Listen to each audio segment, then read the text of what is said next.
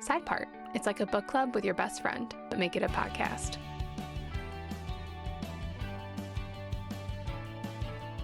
Welcome back to another episode of Side Part. I'm Nikki, your bookish bestie, and today I'm just so incredibly excited to talk about one of my favorite series, the Nyxteria by author AMK. Honestly, if you blended Indiana Jones with Pirates of the Caribbean and then made it fantasy, you would get the Nyxteria.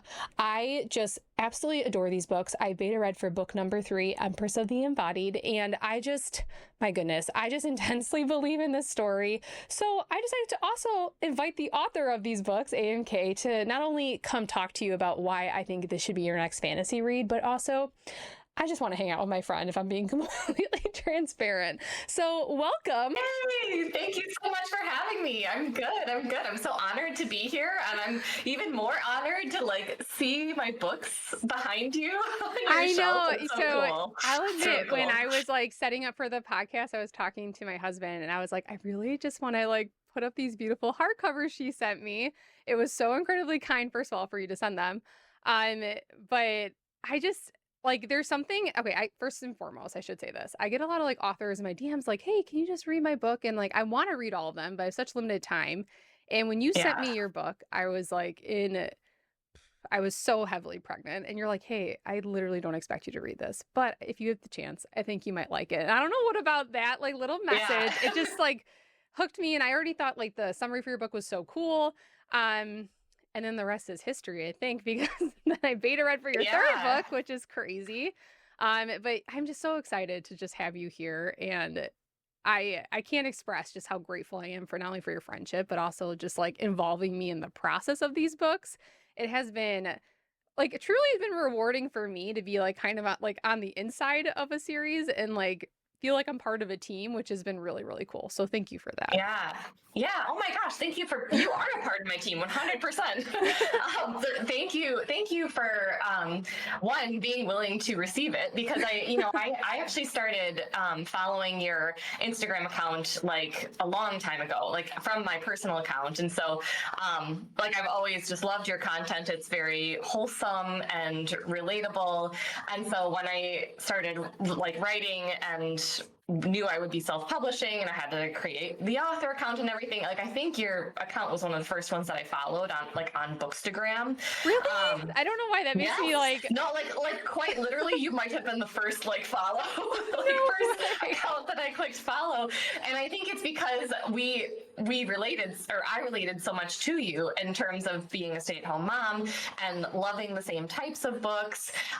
And that's really, I remember just kind of following your journey. I knew that you were either pregnant or you were going to be having a baby soon. And I'm oh man, do I even ask her if she wants to read this? I'm so glad you did, though. I'm so glad you did, because I just think sometimes books come to us in the point of, how do I say this in the right way? They come to us in a point of our lives where they truly can alter the course of things. And your books, they came when I was literally not wanting to read. I was just feeling really discouraged, just not even with reading, but just life in general. Because let's be real, pregnancy and postpartum is really hard. And your books were one of the only books I read during my pregnancy, and then it got me back into reading postpartum. And I don't know if you realize what a gift that is. It was such a gift. And when I restarted my podcast, you were literally the first person that came to mind. I just really want to chat with you on here. One, because I love chatting with you, but two, I just really felt these books, it's not I'm not trying to sell them. I know it might feel like that, but they literally came to me at a point in my life where I was at my lowest, and I'm just, these characters are just, they were a life raft for me. And so I love that. I hope we do these characters justice. Yes. A little bit of a spoiler warning. We're probably going to be talking about tropes and themes and loosely about the characters. So we might have some light spoiler things. I know sometimes people think tropes are spoilers. But we promise That's you a trope, right? yeah, so if you're someone who doesn't like to hear tropes that are involved in books before you dive in, maybe this isn't for you. But if you're someone who likes to get a feel for a series before you start reading, I really think you're going to enjoy this podcast because we're going to just dissect everything we love about your series. And Yay, so this is so fun. yes, come along for the ride. Number one, I like the thing that comes to mind, and I know we've talked about this before, is just like the magic system in your series is so unique. Like, and I think I've read a lot, quite frankly, I've read a lot of fantasy books over the last 3 years, and some of it starts to feel like, a little bit repetitive, which fair. I mean, it's all kind of derived from the same place. But where did you get your inspiration for this magic system? And you can maybe share a little bit about it in a spoilery way, but tell me a little bit about that. Yeah, I think, well, first of all, it's the first thing to note is that it's like high fantasy, right? Yes. So the magic is very prevalent. Like there's a lot of it. It's around every corner. And I think that, the base magic system is really it's essentially elemental magic, which you do see in a lot of Absolutely. fantasy books, but kind of with a twist, and I'll give an example, like wind whispering, they use that for like shielding themselves. That's kind of like the base level of magic. But as far as like everything else, which, if you read the books, you know that there's a lot of different types of magic that come into play. And most of it is unknown or very like ancient and like lost and forgotten magic that they don't know about yet. And that I don't even have a really great inspiration story. It really so was just you like, have it all up here in your brain. Yeah, the sky's the limit, Yes. like what could we do? What could be really cool? And then also like how does it play into the broader plot, whether it's the plot of book one or like the overarching arc of the series, because all of those bits of magic, and you probably know which ones I'm talking about, they all kind of come together throughout the rest of the series. You hit on something important there, and obviously there is a strong romance trope throughout this entire series, which we can get to later, but I just felt like this is truly a high fantasy series. And I think the fantasy only gets stronger as the series progresses, right? Yes. From book 1 to 2 to 3. And I can speak on this because I beta read for book 3. I mean, I think I DM'd you and I was like, oh my gosh, like you just keep leveling up the fantasy. And I think that's what really, I don't know if it's just how I've evolved as a reader, but I love a lot of moving parts in a book, in a series. I love when there's a bunch of stuff I need to track, but when it comes together in this beautiful way. And I think not only the magic system, but just the books overall kind of have this really, really deep complexity. And you don't underestimate your readers. You don't hold their hand. I mean, I think you're really good at giving some context, especially at the beginning of the story, to catch them up. Like you don't have to reread the series to know what's happening. But there's this really deep level of like knowing your readers and what they're capable of. And I think that's underestimated a lot in fantasy series. I think sometimes, I don't know if we can quite put our finger on it, but there's times when I'm reading a fantasy series and I'm just like, I feel like I'm kind of getting my hand held a little bit. Does the author think I'm dumb? Yeah, and I'm like, we just spent like 50 pages like recapping, which I mean, like I appreciate, but okay, I might be misremembering, but did you include a recap at the beginning of book 3 for book 2? No, you didn't. No. Here's the thing that I think you did so well then, because I felt like you gave me a recap, like you included the details so organically that like I didn't feel like I had to reread book 2. And I read that when I was like 2 months postpartum and barely remembered anything. And I didn't have to get caught back up. I got right back into the story, no problem. But it didn't feel like you were over explaining.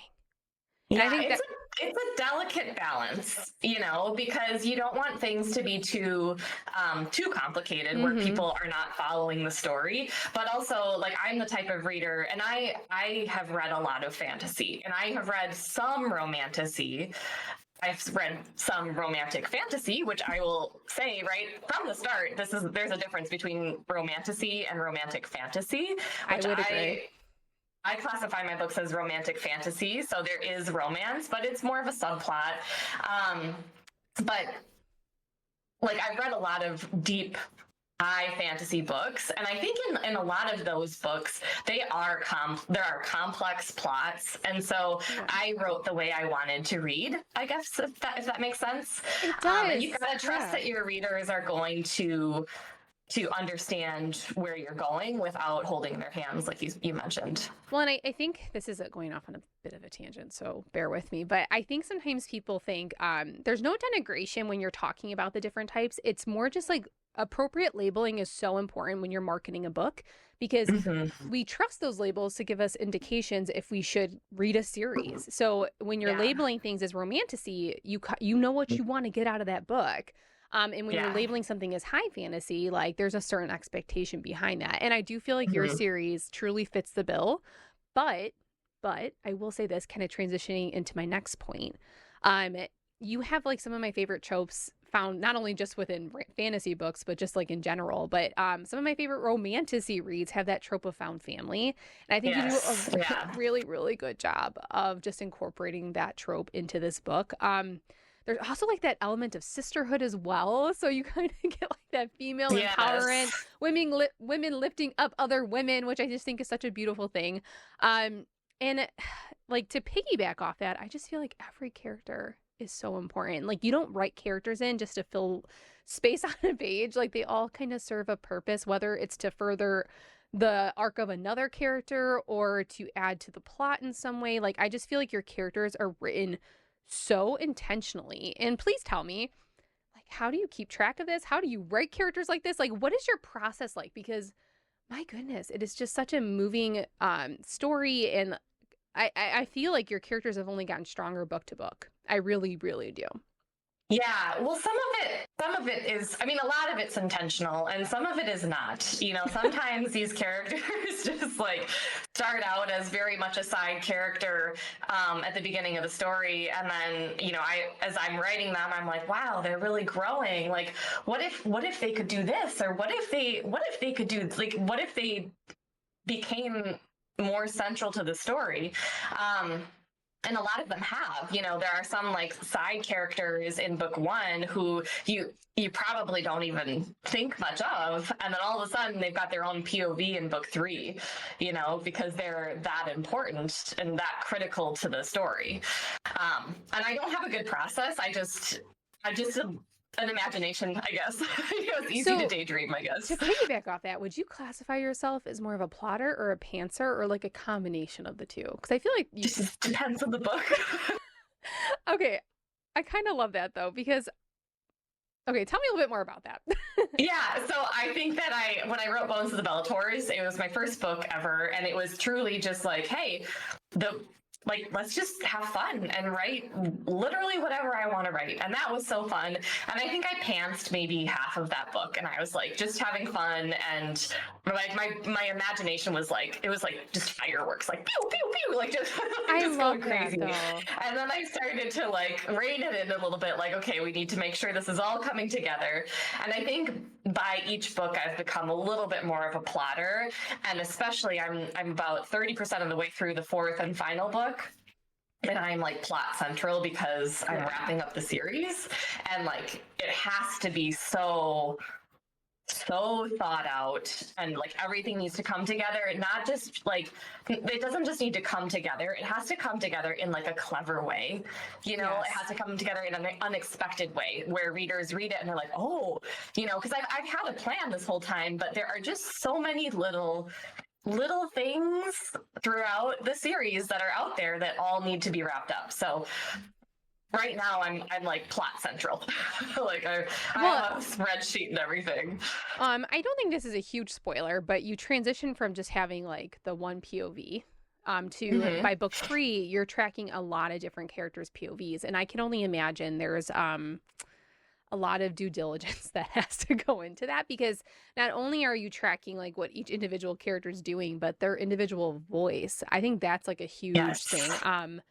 And I think it was really brave that you kind of branched out and decided to incorporate more voices, because I not only did it like, I think, just increase like the depth of the characters, just kind of getting a peek inside their brains a little bit, but you had to make sure you were doing their voices due diligence. You didn't want to just haphazardly create these different Yeah. POVs that felt like the same character all throughout. You know what I mean?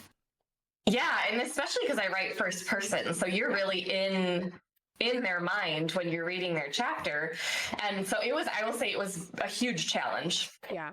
when I wrote the third book, because I had never done that before, and I got so used to Livia's voice. Like, it was just like, that's how I write. You know, if I'm writing her chapter, it is so easy. But I found, especially Dristan's character, like writing from a man's point of view. Sorry, that spoiler. But You know what though? I don't know if that's a big spoiler, but he was, you know what, he's like the first few chapters of the first book, I believe. So I feel like, you know that he's a character. He's a part of the series, yes. He is, yeah. But I think just like writing from a man's point of view was so different, and like, yeah, like you're in their mind and you're experiencing the world from their point of view, and even just like their inner monologue, like how do they talk to themselves, right? And how do they experience the world differently from Livia, who's the main character. So it was a challenge, and it took a lot of editing, and there are more POVs that are added in book 4. So I'm more, yeah, that's exciting. There are more, yeah. I am very excited, and I just feel like kind of to piggyback off like that found family and just the relationship piece. I think the romance in this series, like, while it's not like the only, I shouldn't say, it's not like the primary plot, I would say, like there's a lot going on. I just love what you did with it, but true, like this series has a true slow burn. None of that like labeling it as a slow burn and then 60% through book 1, like, you know, they're getting married, right? Like there's none of that. Yeah. They're the characters are not without conflict and things happening. And I just feel like the romance, I mean, it's not just with the main character, with all the characters, like anytime romance pops up, like it's truly done in an authentic way, and they face not realistic challenges, right? Because some of these things are not things we would face, but there's like that empathy piece there that like you especially because your book is written in first person, there's like that piece of empathy that you truly like can just put yourself in each of their shoes. And like I don't feel like there's any like character where I'm like wholly good or wholly bad. Like you kind of can really just like understand where they're coming from, why they're doing what they're doing, even if it's not right away. And I think that's like you write such nuanced characters, and I'm going to keep gushing over them. But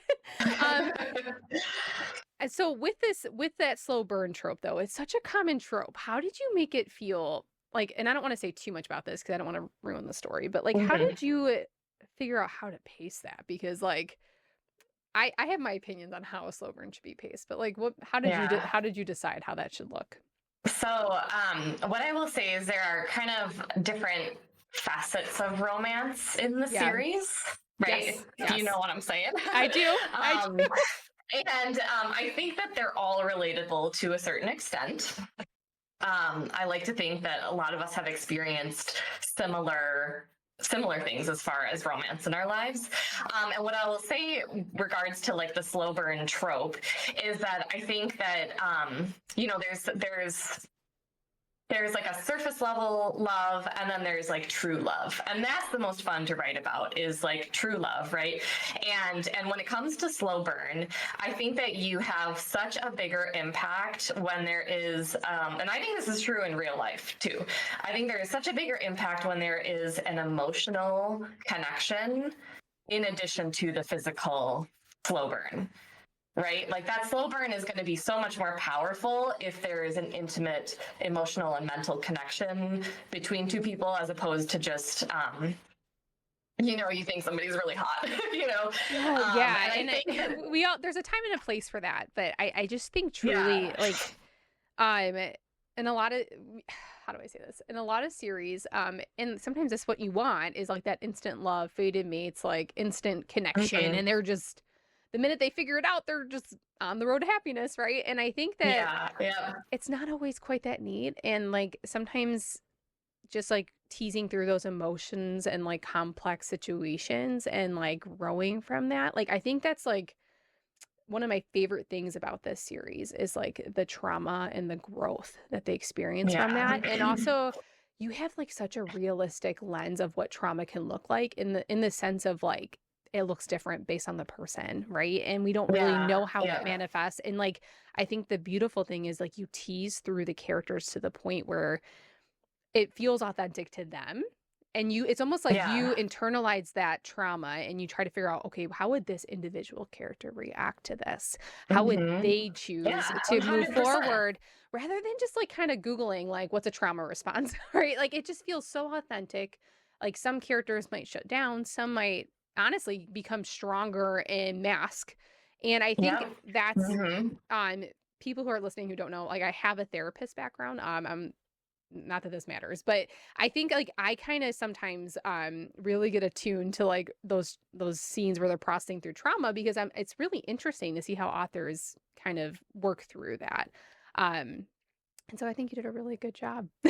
Thank you. Thank you. You're And welcome. speaking of your therapist background, I mean, for those listeners who don't know, like you're a beta reader, you're on my team as a beta reader now, but I also, reached out to you when I was writing book 4 because there's a certain character who is traumatized. It's a Yes. lot of trauma, right? Yes. And I was really I'm writing from that character's POV right now, and I actually called you and I was like, hey, can we just, like, I want to make sure I'm giving this character, I'm really thinking through Yes.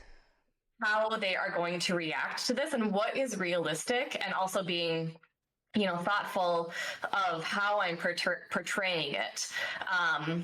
And so I called you because I knew you had your therapist background, and that was, I mean, you talk about like authors doing research, like that's something I did, and we were on the phone for like 2 hours. Wait, well, and that's how I knew I wanted Joe on my podcast. I'm like, I really love talking to her. But Yeah. also, like, to piggyback off that too, I just really appreciate how you make sure your characters act in accordance with like their developmental age. Like, Yes. how would a Speaking 16 of or that character. 17-year-old act in this situation versus a 25, 26, 27 that has their Mhm. prefrontal cortex formed already, right? Yeah, And 100%. Yeah. and I just think like we can all kind of think back to when we were 16 and how we thought we were literally invincible. And can you imagine Mhm. just being a 16-year-old and having something that makes you feel very not invincible? And how would you even begin to process that, right? When you think Mhm. you're literally bulletproof. And so I Yeah. just think that's something I appreciated so much. But like one of like the last things that I really wanted to hone in on was that I appreciate the main character's journey just so much. I mean, I think we can talk about Livia. She's a main character. Yeah. And she's Yeah. she's just like, she has this beautiful development of like a scholar turned warrior, and truly by necessity. And I don't know about you, but I love a good training montage. I love watching people kind of Yes. come into their power. But I don't think hers was a neat and clean trajectory. I think there was a lot of self-acceptance Yeah. that had to happen and kind of holding space for the light and the dark. And Yeah. I think there's just so much. I mean, obviously, like I said, this is fantasy, but there's so many themes in fantasy that I think help us process through what's going on in our own life. And I think reading this postpartum may be influencing how Oh, I yeah. internalize this, but there was just moments where she was struggling and like watching her own journey, just like embracing like both the good and the bad and like really like not letting it define her.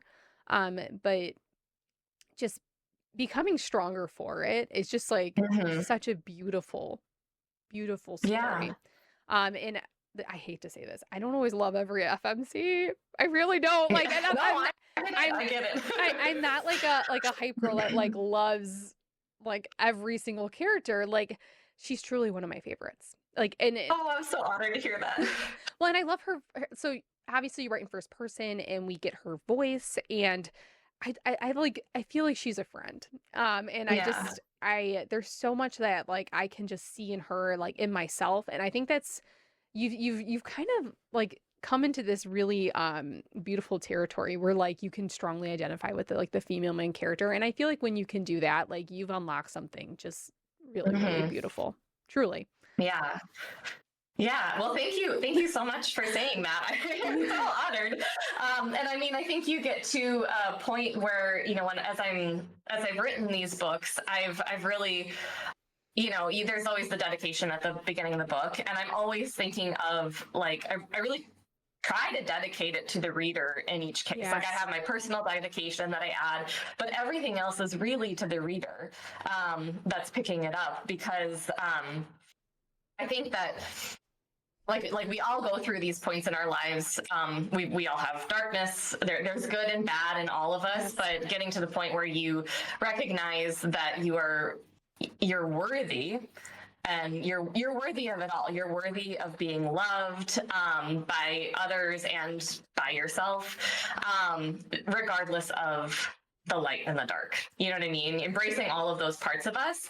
And Livia goes through a lot of, like you mentioned, she goes through a lot of transformations, right? Whether it's from scholar to warrior in the first book, whether it's embracing her magical gifts, or her powers. Which we get some inclination of in like the first few chapters. I want to make that very clear that there's something going on. Not a big spoiler. Yes.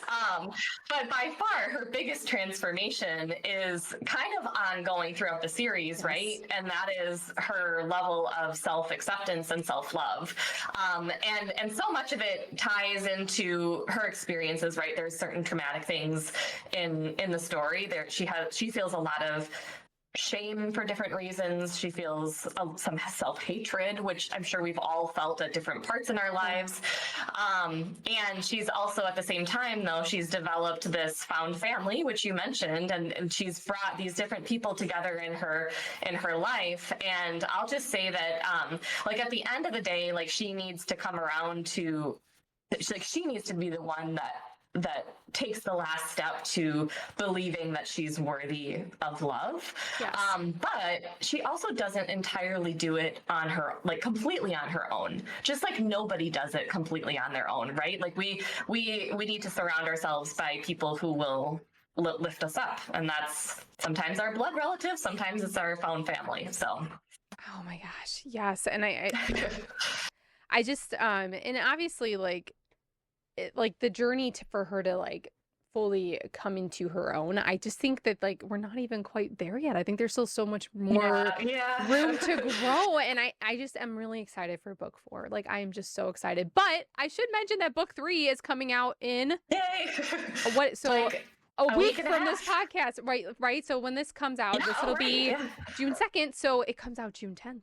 And before we close, is there anything else you want to say about this series? Like if someone's on the fence about reading it, what would you say to them?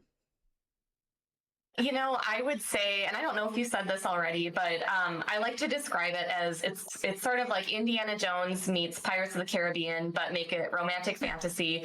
And it's just fun. Like there's a lot of swashbuckling action and adventure. There's some romance, and there's a lot of, like you said, transformation and self-discovery and self-love. And it's just fun. We don't want to take these things too seriously. It's meant to be entertaining.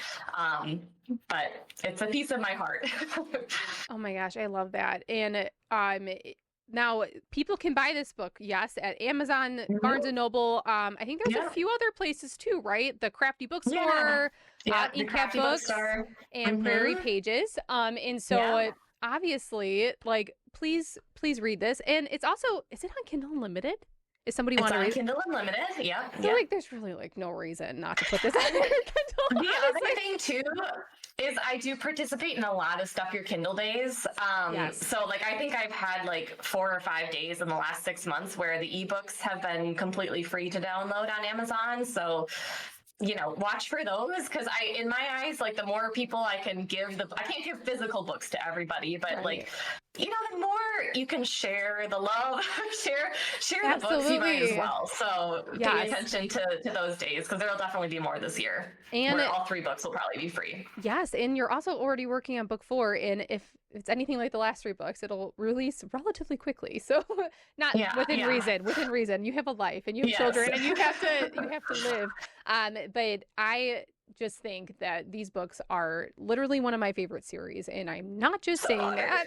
I just there's a few like top tier series for me and like yours is like on that shelf, Truly, it is I'm on so that shelf. honored. I'm so honored. And I'll never stop trying to spread the good word. I'm going to convince every Thank you. single person I come across to try and read this, because I just You're think so sweet. they 100% should. I just want to thank you so much for just taking the time to chat with me today. Like, thank you so much.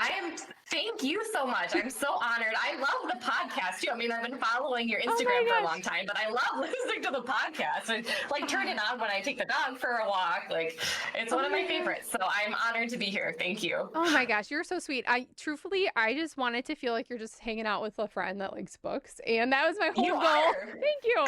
Thank you. It's just I'm gonna try to maybe do more things like this too. But right now we are deep in the dungeon for Dungeon Crawler Carl, and I know. That loving is still it. on my TBR. I've heard such good things. If you're looking for an audiobook, 10 out of 10 recommend, because it is just, it's very immersive. And so while you're taking the dog for a walk, when you're not listening to this, you can also listen to that too. I love that.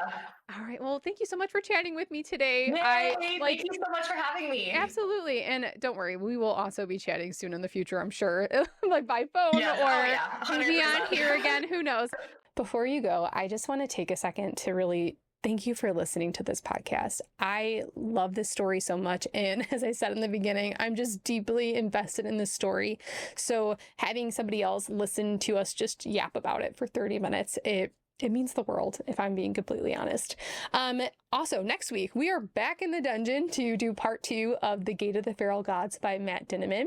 Let me know down in the comments, do you want me to do a book chat about book number 1 in this series? I would be honored to do so. Let me know your thoughts, like I said, down in the comments below. Don't forget to like, subscribe, and hit that bell to get alerted when there's new episodes.